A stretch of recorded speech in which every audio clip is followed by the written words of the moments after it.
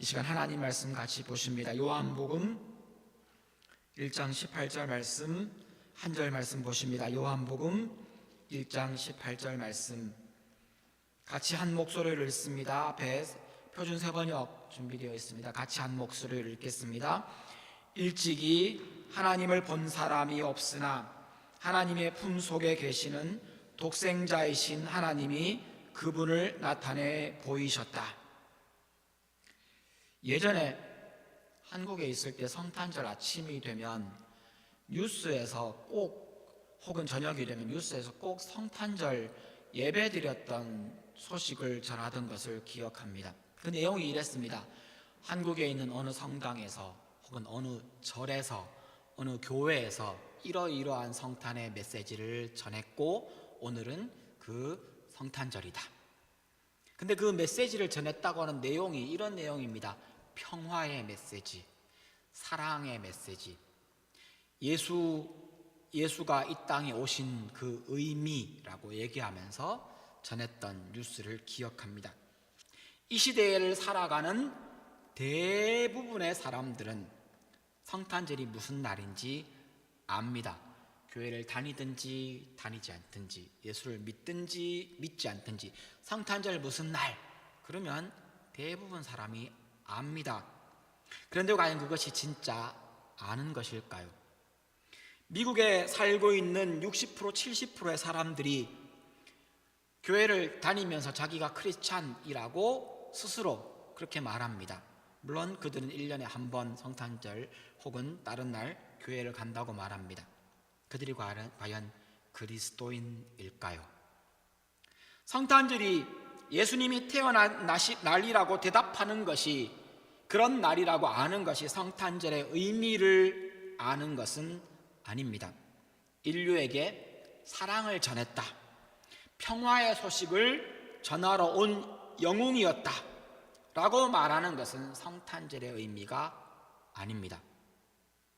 여러분들에게는 성탄절이 무슨 의미입니까? 예수님의 오심이 여러분에게는 어떤 의미입니까? 누가복음, 이 성탄의 소식을 전하는 누가복음 2장 11절에 보면 천사들이 전해준 말이 나옵니다. 그 이야기를 한번 보십시오. 이 짧은 문장 안에 예수님을 소개하는 세 개의 단어가 나옵니다. 구주, 구원자라는 말입니다. Savior. 그리스도, 그리스어로 그리스도이지만 히브리어로 메시아라는 똑같은 말입니다. 의미는 기름 부음 받은 자. 또 세 번째 단어는 주인, 주님, Lord라고 하는 단어입니다. 예수님은 이 땅에 구원자로 오셨고 메시아로 오셨고 주인으로 오셨다고 하는 메시지입니다. 이것이 성탄절의 의미입니다. 예수님이 구원자라는 말은 내가 죄인이라는 것을 인정한다는 말입니다. 인간 스스로 죄의 문제를 해결할 수 없다는 자기 인정이 있어야만 예수를 구원자라고 부를 수 있습니다. 여러분은 죄인이십니까? 여러분에게 예수는 구원자이십니까? 예수님이 구원자로, 그래서 내가 죄인이기 때문에 스스로 죄 문제를 해결할 수 없기 때문에 세이비어로 오셔야만 했습니다. 예수님은 메시아이십니다. 예수님은 그리스도이십니다. 왜 그렇습니까? 구약에 그렇게 예언되어 있던 바로 그분이기 때문입니다. 하나님이 내가 보내겠다, 내가 이러이러한 나의 사람, 나의 종을 보내겠다, 내 사람을 보내겠다, 나의 사자를 보내겠다 라고 하신 바로 그분이 예수님이십니다. 이 말은 하나님이 약속하신 대로, 하나님이 계획하신 대로, 하나님이 보여주신 대로 그 모든 하나님의 뜻을 다 이루신 분이 예수님이라는 의미를 담고 있습니다. 그러므로 내가 예수를 메시아라고 받아들인다는 것은 바로 그 하나님의 뜻을 이루기 위해 보내신 바로 그분이라는 것을 고백하는 말이 됩니다. 예수님이 주인, 성탄절의 의미 안에 예수님이 주인, 주님이라는 것을 말하는 것은 그분이 나의 인생의 주인입니다 라고 하는 개인적인 고백도 포함이 되고요, 더 나아가서 그분이 이 모든 우주와 만물의 주인이시며 물질과 비물질의 주인이시며 이 땅의 시간과 공간의 창조자이시며 이 세상을 움직이는 모든 법칙과 원리를 주관하시는 분이라는 의미를 담습니다. 내가 인정하든 인정하지 않든 예수님은 주인입니다. 그런데 예수님을 주인, 왕, 창조자로 인정하는 사람에게 하나님은 긍휼과 은혜를 주시겠다라고 약속하신 겁니다. 예수가 구원자이며 메시아이며 주인으로 이 땅에 오신 것이 성탄입니다. 그냥 평화를 전하러 온 영웅이 아니고요, 종교 창시자가 아니고요, 교주가 아니고요, 윤리적인 표준을 만들고 모범을 보여준 성인이 아니고요, 2000년 전의 전설이 아닙니다. 하지만 낯설고 힘들었던 새로운 땅에서 수백 명이 죽고 살아남은 사람들이 눈물로 예배하며 하나님께 감사하던 지금 추수감사절 얘기를 하고 있습니다. 추수감사절, 그때는 정말로 미국에 건너온 이 땅에서 농사 짓는 법도 모르고 씨도 제대로 없고 추위와 굶주림에 수백 명의 청교도들이 죽어갔습니다. 그러다가 고생고생해 몇 년 만에 첫 수확을 제대로 거두고 그들이 그것에서 그 수확을 들고 하나님 앞에 눈물로 감사하면서 시작된 것이 추수감사절인데, 미국의 학교에서 어떻게 가르치는 줄 아십니까? 그날은 첫 수확을 가르쳐준 그 농사법과 여러 가지를 안내해준 인디안들에게 감사를 표하기 위해서 시작된 절기야 라고 가르칩니다.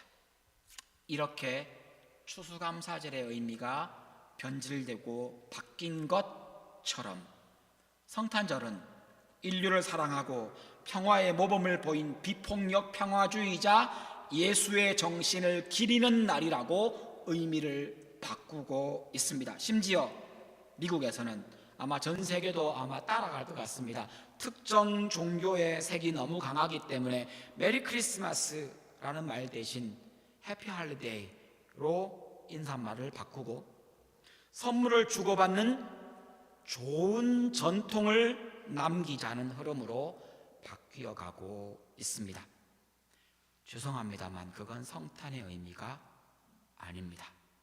성탄절은 다 아는데 성탄절이 왜 필요한지, 성탄절이 어떤 의미인지는 전혀 모르고 있는 세상입니다. 그러면 적어도 예수를 아는 교회에 있는 우리는 성탄절의 의미를 알아야 하지 않겠습니까? 성탄절의 의미에서 우리가 보았던 것처럼 예수님이 어떻게 오셨는지, 예수님이 구원자로, 예수님이 메시아로, 예수님이 주인으로 이 땅에 오신 것이 누가복음에서 확인할 수 있는 가장 중요한 성탄절의 의미가 분명합니다. 성탄절의 의미를 확인하면서 보았듯이 성경과 기독교 진리의 핵심은, 성탄절의 의미를 찾아내는 방법은 예수가 누구인가 하는 겁니다. 이것이 너무 중요해서 히브리서 3장 1절에는 이렇게 표현합니다. 뒷부분에 나오는 말을 보십시오. 예수를 깊이 생각하십시오. 이 말이 예수 모르는 사람한테 하고 있는 말이 아니고요, 히브리서는 특별히 신앙 수준이 좀 된 사람들한테 보내는 편지입니다. 거기에는 율법과 구약의 얘기가 잔뜩 들어있기 때문에 초신자는 그 당시에도 읽기 어려운 책이었습니다. 그런데 그런 책 히브리서에 이렇게 말합니다. 예수를 깊이 생각하십시오. 이 말이 예수 믿는 우리에게도 지금 이 시대에 필요한 말이 될 겁니다. 이 시간 성탄 예배를 드리며 예수가 어떤 분인지, 예수가 누구인지, 예수가 구원자, 메시아, 주님이라는 그 기본적인 가장 중요한 의미를 넘어서서 조금 더 깊은 의미를 찾아보기를 원합니다. 우리가 예수를 좀 더 깊이 생각하는데 도움을 줄 성경 구절이 우리가 읽은 요한복음 1장 18절 말씀입니다. 같이 한번 더 읽어보겠습니다. 같이 읽습니다. 일찍이 하나님을 본 사람이 없으나 하나님의 품속에 계시는 독생자이신 하나님이 그분을 나타내 보이셨다. 표준세 번역을 읽었습니다. 영어 성경도 한번 보시고 ESV가 나와 있습니다. 밑에 개역개정 한국에서 가장 많이 사용하는 개역개정 성경도 한번 보십시오. 여기서 독특한 단어 독생하신 하나님, 표준세 번역에는 독생하신 하나님이라고 되어 있고, 여러분이 성경을 갖고 계시면 각주가 달려 있는데 거기에 고대 사본들에는 하나님이신 독생자라고 표현되어 있습니다. 그런 사본들도 있다는 겁니다. 그리고는 개역개정 성경에는 독생하신 하나님이라는 말에 또 각주가 붙어서 독생자라는 말로 각주가 붙어 있습니다. 이게 다 같은 말입니다. 번역을 해서 의미를 더 확실히 밝히기 위해 드러낸 말입니다. 독생하신 하나님, 독생자, 사람이신 독생자, 하나님이신 독생자, 다 똑같은 말입니다. 한 예수 그리스도, 사람의 아들 예수를 가리키는 말입니다. 영어 표현도 사실은 동일한 의미들을 담고 있습니다. 사람은 사람을 낳습니다. 사람이 동물을 낳을 수 없습니다. 너무 당연한 말이잖아요. 사람이 사람을 낳고 사람의 아들은 사람이듯이 성경에서 하나님의 아들은 하나님이란 뜻입니다. 여러분, 하나님의 아들 예수 그리스도라는 말은 하나님 예수 그리스도라는 말입니다. 하나님은 하나님을 낳습니다. 이 말이 여기 나오는 말의 가장 기본적인 의미입니다. 하나님이, 아버지 하나님이 낳은 아들 하나님. 어떻게 낳았느냐? 이건 설명할 수 없습니다. 왜냐하면 성경에 그 설명을 안 하고 있습니다. 다만 하나님이 가슴에, 영어 성경을 한번 보십시오. 가슴에 품은, 가슴으로부터 품고 있던 그 아들 하나님이 이 땅에 오셨다라고 표현합니다. 아들 하나님은 아버지 하나님으로부터 오신 분이십니다.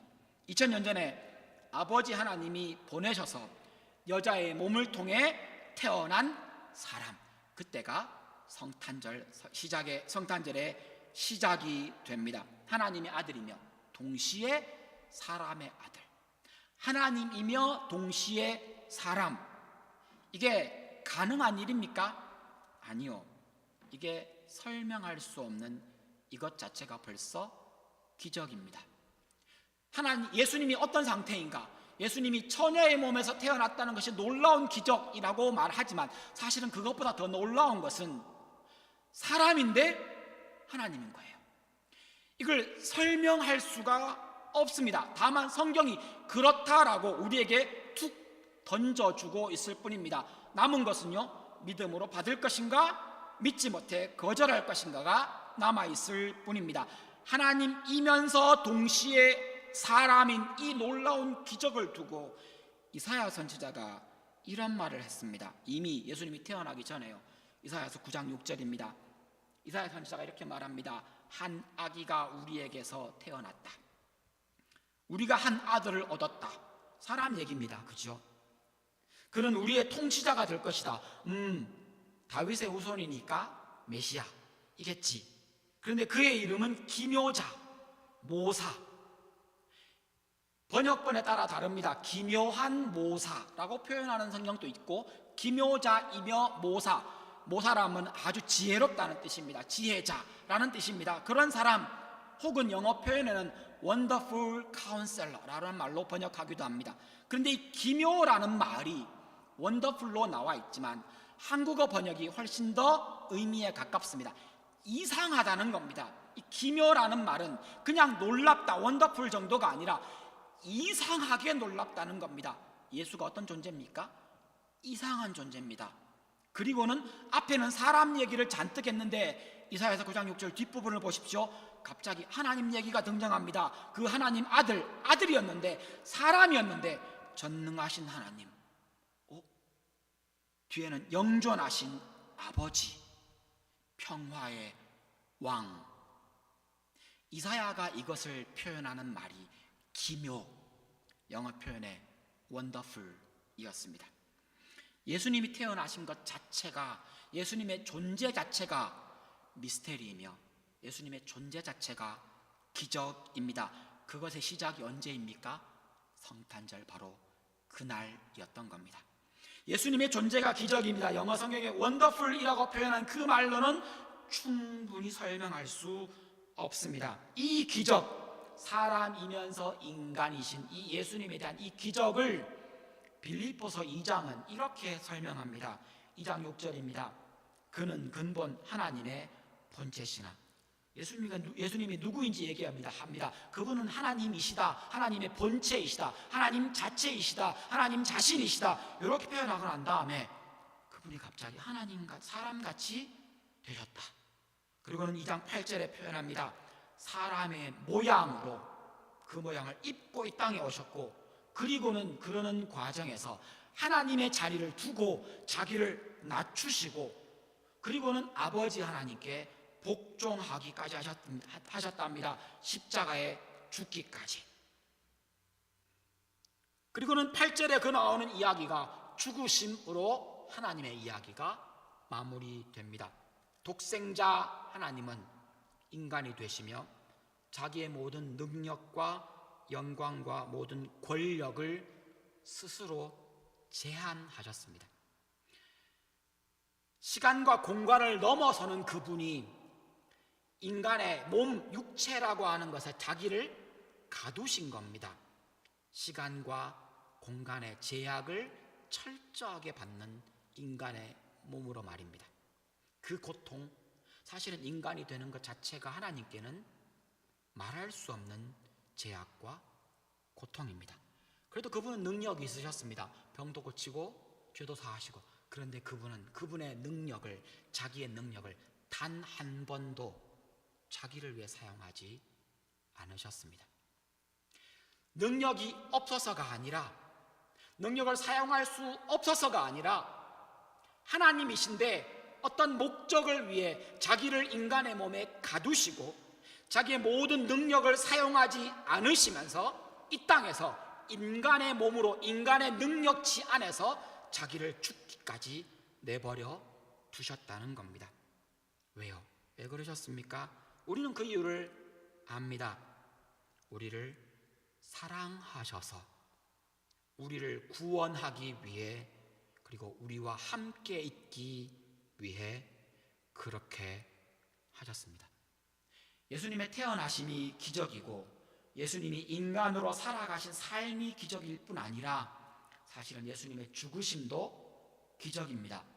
독생자 하나님이 사람으로 이 땅에서 받으신 고통은 십자가에서 종합적으로 모든 고통이 십자가로 모아집니다. 그 이야기를 이사야서 53장에 이사야가 이렇게 예언하고 표현합니다. 그는 사람들에게 멸시를 받고 버림을 받고 고통을 많이 겪었다. 그는 언제나 병을 앓고 있었다. 복음서에는 나와 있지 않는 예언입니다. 그분은 항상 언제나 병을 앓고 있었다. 개역개정 성경에는 질병의 고통을 안고 사셨다, 질고를 안으셨다 라고 표현합니다. 사람들이 그에게서 얼굴을 돌렸고, 그가 누굽니까? 왕이고 주인입니다. 그가 멸시를 받으니 우리도 덩달아 그를 귀하게 여기지 않았다.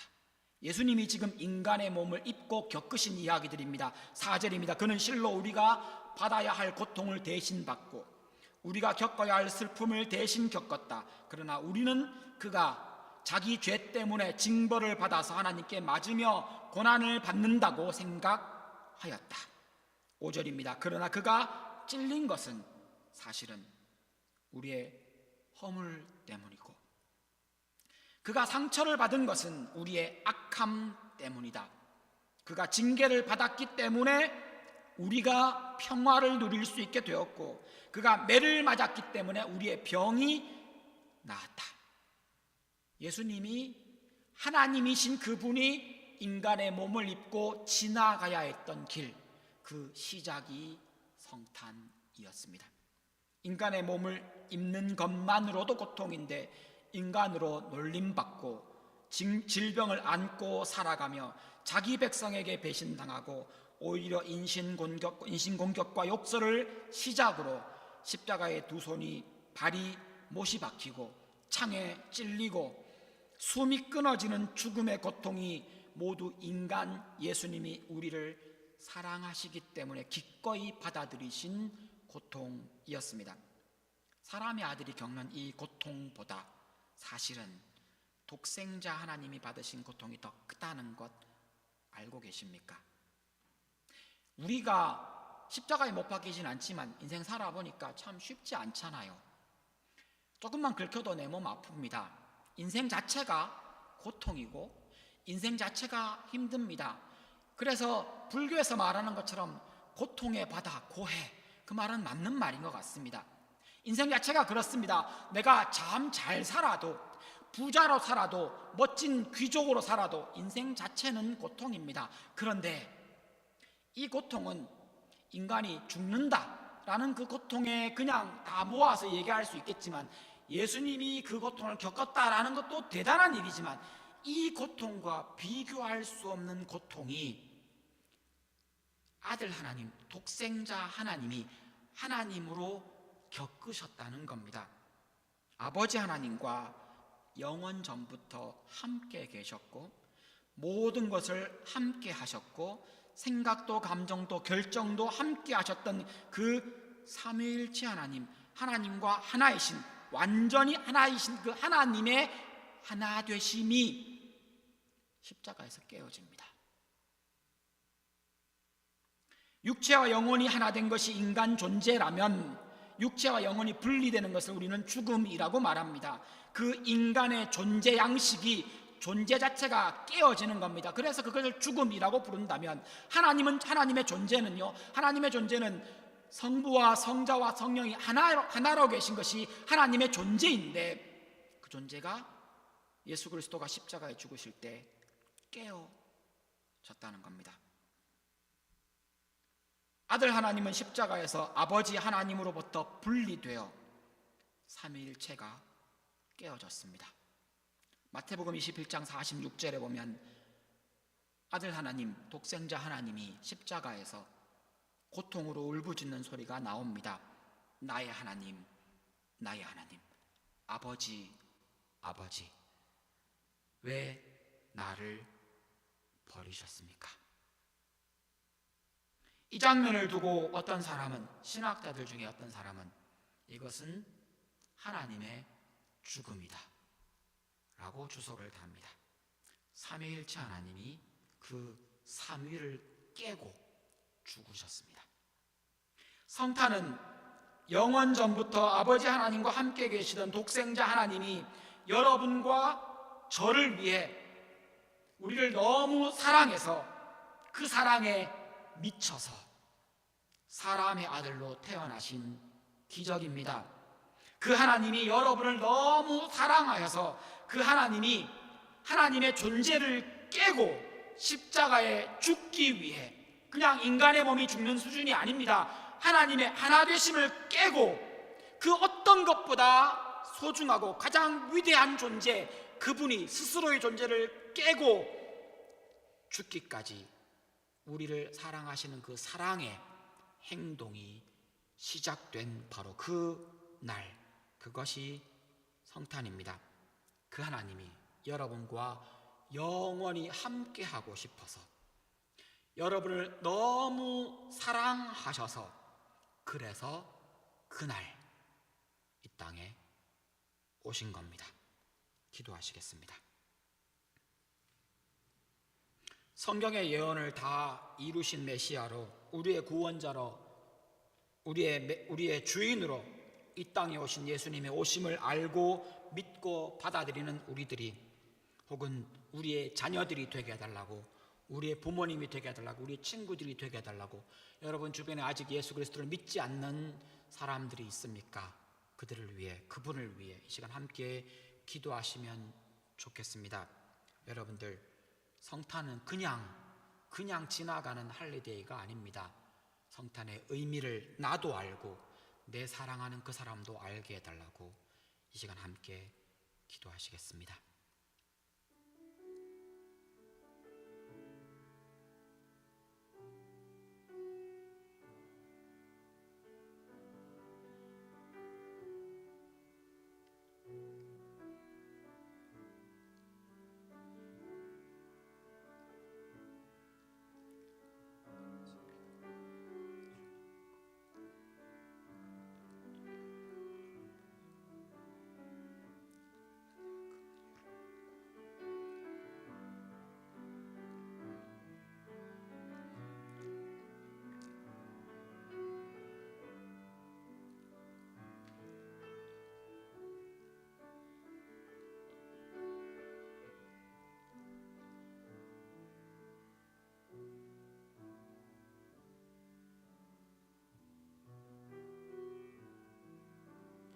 계속해서 기도하십니다. 독생자 하나님이 인간이 되실 만큼, 인간의 고통을 다 받아들이실 만큼, 인간으로 죽으실 만큼, 아버지 하나님과의 하나됨을 깨실 만큼 우리를 사랑하셨습니다.